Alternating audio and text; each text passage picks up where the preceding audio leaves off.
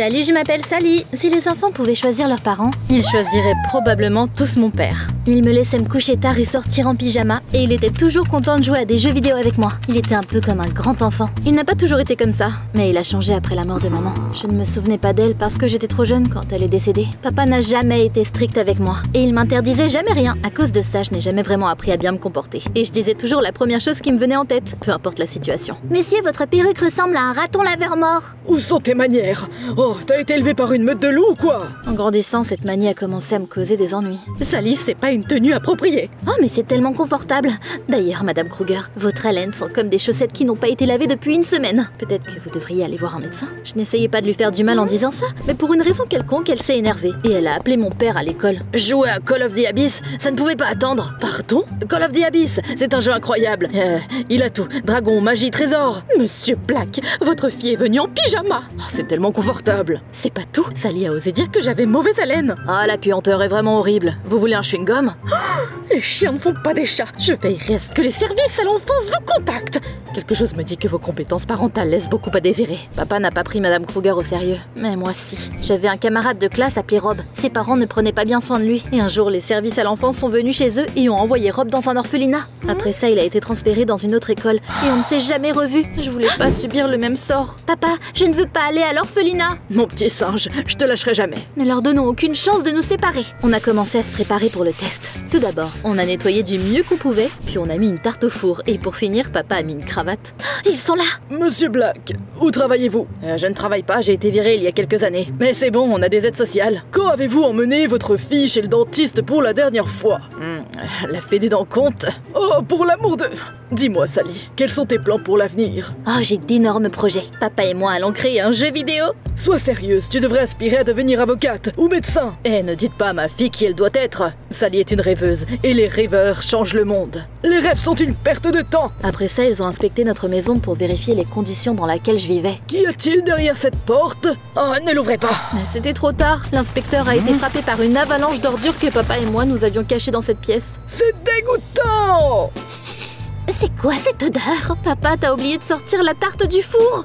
Je croyais que c'est toi qui t'en occupais. De la fumée noire est sortie de la cuisine et l'alarme incendie s'est déclenchée. Quelques minutes plus tard, les pompiers sont arrivés dans la maison. Ils ont évacué tout le monde et rempli notre cuisine de mousse. Les inspecteurs étaient furieux. Donc, pour résumer, vous bénéficiez de l'aide sociale. Et Sally est élevée par un père célibataire dans des conditions terribles. Vous avez 2 semaines pour trouver un travail, une meilleure maison et mettre de l'ordre dans votre vie. Si vous ne le faites pas, nous n'aurons pas d'autre choix que d'envoyer Sally dans un orphelinat. Mon petit singe, je suis désolée, j'ai tout gâché. Ne t'inquiète pas, papa. Je sais que t'as essayé. On trouvera quelque chose. J'ai trouvé un boulot pour papa en tant que vendeur dans un magasin d'électronique. Heureusement, j'ai été embauchée comme femme de ménage par le propriétaire du magasin et je pouvais y venir tous les jours après les cours pour garder un œil sur papa. Je le réveillais quand il s'ennuyait et quand il s'endormait à la caisse. Je faisais aussi de mon mieux pour que Monsieur Cook, notre manager, soit satisfait de notre travail. Excellent travail, Sally. Merci, monsieur. Les sols brilleront tout comme votre crâne chauve.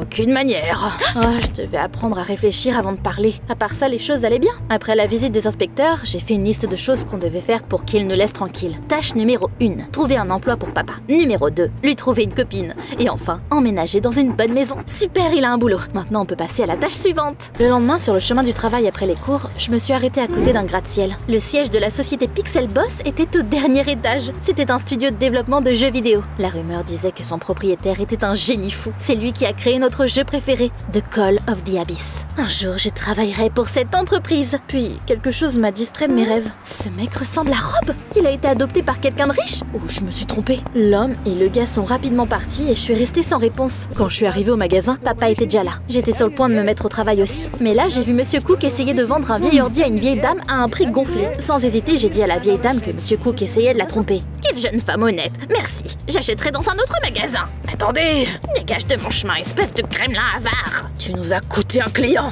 Mon pote, ne crie pas sur ma fille. Sally était juste honnête. Honnête? C'est une enfant sans cervelle. Quoi?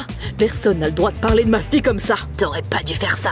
Je vous vire. À ce moment-là, une belle dame avec un beau chapeau est entrée dans le magasin. Elle respirait comme si elle venait de courir un marathon. Qui est le patron ici? Disons que c'est moi. Pourquoi?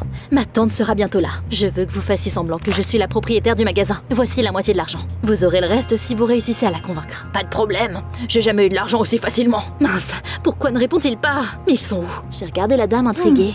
Elle était jolie.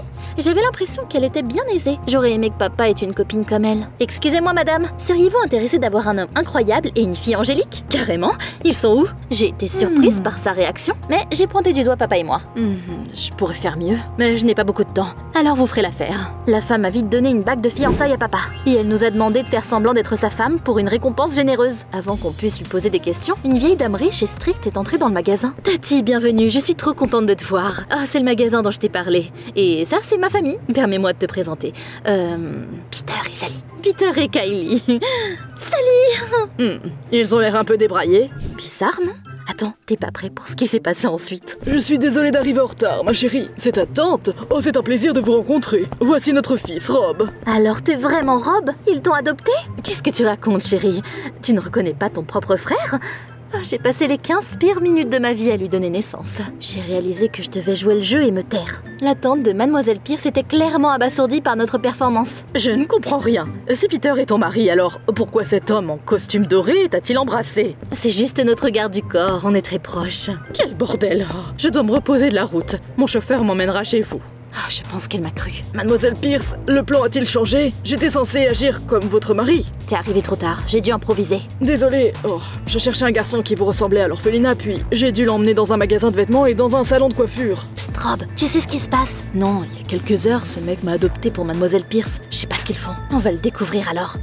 Mademoiselle Pierce, il se passe quoi? Et quels sont nos rôles ici? Elle a soupiré lourdement et elle a expliqué qu'il y a de nombreuses années, sa tante riche lui avait donné une grosse somme d'argent pour démarrer une entreprise avant de partir pour un petit village en Tanzanie. Sa tante n'avait qu'une condition. En 5 ans, sa nièce devait fonder une famille. Elle ne voulait pas que Mademoiselle Pierce passe sa vie mariée à son travail comme elle. J'ai accepté, mais je n'ai pas respecté ma part du marché. Je n'ai toujours pas rencontré l'homme de ma vie. Il y avait des problèmes de Wi-Fi dans le village où vivait ma tante, alors je lui ai juste envoyé des lettres. Et j'ai menti sur le fait d'avoir ouvert un magasin, sur ma richesse et sur ma famille. Je suis devenue riche, mais ma tante n'approuverait pas mes affaires. Tout allait bien jusqu'à il y a quelques heures, quand sa tante lui a dit qu'elle viendrait voir son magasin et qu'elle voulait rencontrer sa famille. Maintenant, je vais devoir vivre avec une fausse famille jusqu'à ce que ma tante reparte. On pourrait t'aider, mais toi aussi tu devras nous aider. J'ai dit à Mademoiselle Pierce que je pouvais finir dans un orphelinat. Et je lui ai demandé de prétendre qu'elle sortait avec papa et qu'on vivrait heureux ensemble pour tromper les inspecteurs. Mademoiselle Pierce n'avait pas d'autre choix que d'accepter. Assurez-vous que ma tante n'entende pas parler de notre plan. J'ai bien compris que tu as une grande bouche. Je serai aussi muette qu'un poisson. De dire tel autant d'énergie. Qu'est-ce que tu lui donnes à manger? Pizza, céréales et soda. Ah, dégoûtant. Mais t'es un père terrible. Bon, d'accord, tout le monde se souvient de son rôle. Rentrons à la maison. N'oubliez pas notre marché. Oh oui, tu peux lui donner le reste. C'est moi qui étais censée être son mari. Bientôt, on est arrivé au manoir de Mademoiselle Pierce. Rob, papa et moi avons halté à l'unisson. Il n'y avait que dans les films qu'on avait vu des richesses comme ça avant. Maman, je peux te poser une question? Tu devrais m'appeler Catherine quand il n'y a que nous. D'accord. Catherine, quel genre d'entreprise mystérieuse t'a rendue si ridiculement riche? Ça ne te regarde pas. N'en reparle plus jamais. Surtout quand ma tante est dans les parages. Elle a froncé les sourcils et elle est sortie en trombe. Rob et moi avons commencé à regarder autour de nous. Oh, il y a même une machine à popcorn ici! Ouais. Mais pourquoi tu es si triste? Pourquoi je ne le serai pas? Dès que la tante de Mademoiselle Pierce partira, elle me renverra à l'orphelinat. Et papa et moi retournerons dans notre vieille maison plein de cafards. Profitons du moment. Vous vous amusez? Oh, moi aussi je veux. Raté! Ne faites pas de bêtises chez moi. Et nettoyez-vous avant le dîner. Madame Rabat-Joie. T'es un adulte, mais tu te comportes comme un adolescent. Au dîner, sa tante nous a posé beaucoup de questions. Et Mademoiselle Pierce était évidemment sur les nerfs. Il est trop tard. Les enfants devraient aller se coucher. Mais il n'est que 8h30. J'ai dit qu'il était trop tard. D'accord, maman. Le dîner s'est terminé et Mademoiselle Pierce est allée à son bureau. Pendant que je passais à côté, j'ai entendu des sons familiers venir de derrière la porte. Oh! Waouh! Tu joues à Call of the Abyss? C'est pas ce que tu penses. Je ne joue pas, je suis une adulte. J'ai juste... J'ai créé ce jeu. Oh! Impossible! C'est un génie de la société Pixel Boss qui l'a créé. C'est mon entreprise. J'ai répandu des rumeurs disant qu'un gars excentrique la gérait. Les adolescents adorent cette histoire. C'est comme ça que je suis devenue trillionnaire. C'est toi ce génie? Oh, trop génial! Pourquoi tu ne veux pas que ta tante découvre ce que tu fais? Parce qu'elle a toujours dit que je devais être sérieuse et agir comme une dame. Ma tante ne m'aurait jamais donné l'argent pour ouvrir un studio de développement de jeux. Mon studio va probablement devoir fermer bientôt. Les ventes des jeux ont chuté. Je dois créer un nouveau jeu, mais je n'ai plus d'idées. Je suppose que j'ai oublié comment rêver. Alors notre rencontre est-elle destin? Papa et moi adorons ton jeu et on a des millions d'idées. Eh bien, J'adorerais en entendre plus. Au cours des prochains jours, papa, Rob et moi nous avons traîné avec Mademoiselle Pierce. Elle a noté toutes nos idées et elle nous a même montré son studio. Sur le chemin du retour, on l'a traîné dans un parc de trampolines. Non, je n'irai pas. Je suis une femme adulte. Tu dois te défouler, allez viens. T'as raison. C'est marrant.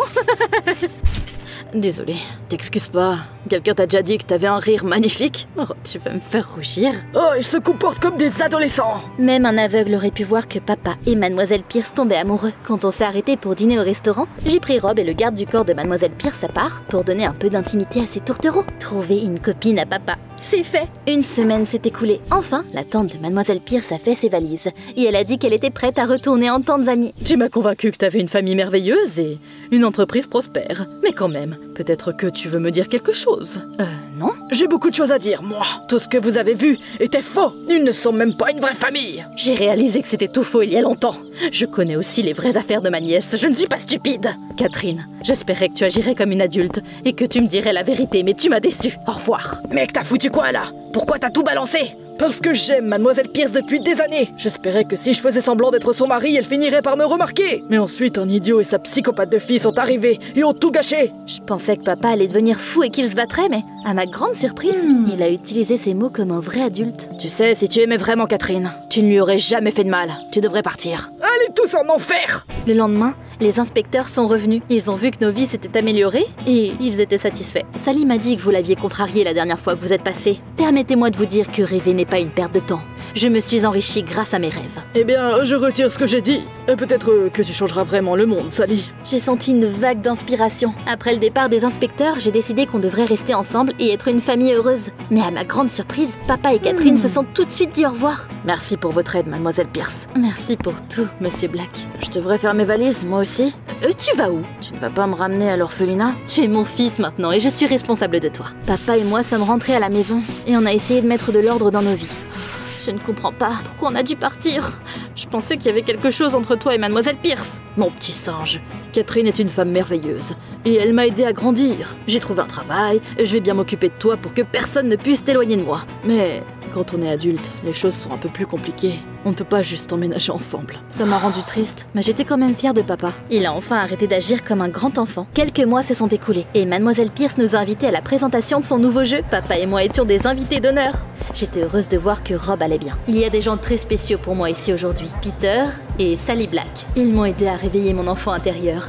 Et ils m'ont inspiré pour créer ce nouveau jeu. Après avoir fait un discours, Mademoiselle Pierce est venue nous voir et elle nous a dit qu'elle s'était réconciliée avec sa tante. Elle a découvert que j'avais adopté Rob et elle a dit qu'elle était fière de moi. C'est une super nouvelle. T'es magnifique d'ailleurs. Merci pour tout, Monsieur Black. Je voulais les frapper avec quelque chose de lourd. Papa et Mademoiselle Pierce se complétaient parfaitement, mais pour une raison quelconque, ils faisaient comme si les choses étaient plus compliquées qu'elles ne l'étaient vraiment. Tu penses que je devrais un peu forcer le destin? Ou est-ce que je devrais juste profiter de mon enfance et laisser les adultes se débrouiller seuls?